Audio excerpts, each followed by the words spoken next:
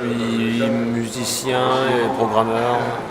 Morusque, oui, alors c'est un nom qui représentait une sorte d'unité de mesure que j'avais imaginé quand j'étais petit. Alors j'ai récupéré ce mot pour en faire un nom de scène.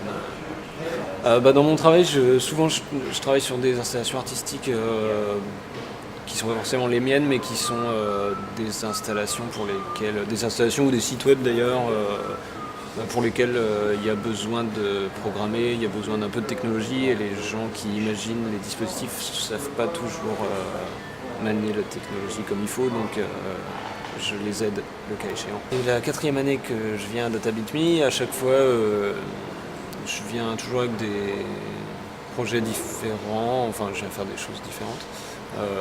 Là je suis venu faire un concert et puis plusieurs petits projets. Comme je travaille souvent autour du texte, ça tombait bien, la question du livre numérique. C'est pas tant l'objet qui m'intéressait de livre numérique, c'était l'idée de bidouiller du texte. Enfin, j'aime beaucoup l'analyse, la génération de texte, etc. Donc je savais que je voulais faire des choses autour de ça, je savais pas quoi exactement.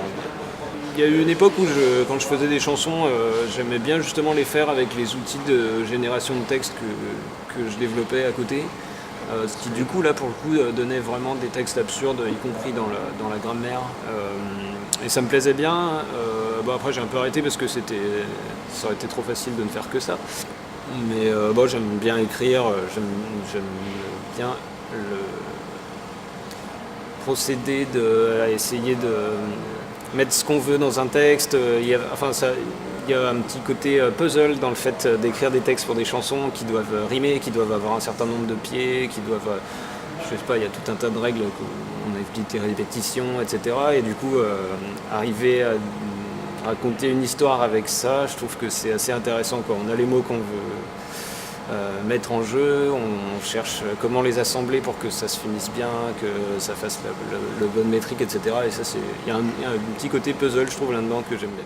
En ce moment, je suis en train de faire des petits livres comme ça qui sont faits à partir d'1 à 4, que je plie, que j'agrafe. Et en gros, le principe, c'est que c'est des livres un peu mash-up. J'ai pris plusieurs modèles de livres et je teste toutes les combinaisons d'auteurs et de titres, sachant que pour moi, l'auteur représente la structure des phrases et le titre représente plutôt le contenu.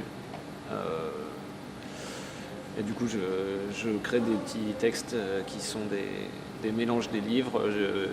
J'ai un système qui les met en page automatiquement et qui me fait des pages à imprimer. Donc voilà, c'est mon projet pour aujourd'hui. Ouais, je me suis fait des bases de données à moi, de mots en anglais avec des infos sur les mots, mais j'ai aussi, par exemple, j'ai des programmes des librairies, on va dire, qui peuvent conjuguer des verbes ou trouver des formes, des adjectifs, etc. Et ça, c'est un peu compliqué parce que c'est à moitié des bases de données, à moitié de la logique. Voilà. Donc ça, je sais pas, il y a bien trois librairies différentes que j'utilise combinées les unes dans les autres pour faire ça. Processing, c'est un environnement de développement un peu Java assez connu, beaucoup de gens l'utilisent. Donc là, je fais mon programme avec ça. Et grosso modo, la façon dont le programme voit les textes, ça ressemble à peu près à ça. Là, on est à la partie, par exemple, où il y a des groupes. Chaque groupe, comme ça, correspond à un mot. Et je récupère des informations sur quel type de mot c'est, à quel index c'est, quelles sont la relation entre ce mot-là et d'autres mots. Et par exemple, là, il a récupéré le mot maps, donc il extrait le lemma, donc le radical du mot qui serait map au singulier, et puis il nous dit que c'est un nom commun. Voilà. Il peut récupérer des infos comme ça. Je me suis débarrassé de beaucoup d'objets. Là, j'ai déménagé, donc j'en ai profité pour jeter toute ma maison à la poubelle. Et j'ai pas envie de la re-remplir avec des objets, donc ça me va très bien de travailler sur des choses abstraites qui restent dans un ordinateur. Un disque dur, c'est pas si grand que ça.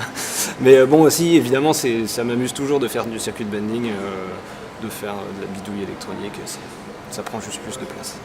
Le circuit bending, c'est vraiment particulier parce que c'est vraiment très... c'est rare d'avoir vraiment des projets très construits avec le circuit de Nîmes. En général, on va trouver un jeu par hasard en brocante, on va l'ouvrir, voir ce que ça fait. C'est très instinctif, on a des surprises, on peut faire de la musique avec ou pas, ou on ne trouve pas. C'est plus une espèce d'activité de fond. Tous les gens qui bricolent un peu d'électronique, je pense, font un peu ça quand ils trouvent quelque chose d'amusant. Je pense que c'est aussi en train de petit à petit disparaître parce que tous les nouveaux jouets maintenant ont des circuits c'était très petits. On peut difficilement mettre un fer à souder dedans sans casser le circuit. Et du coup, on ne peut plus se fier qu'aux vieux jeux des années 80 qui commencent à disparaître. Et ça devient un peu difficile à ce point de vue-là.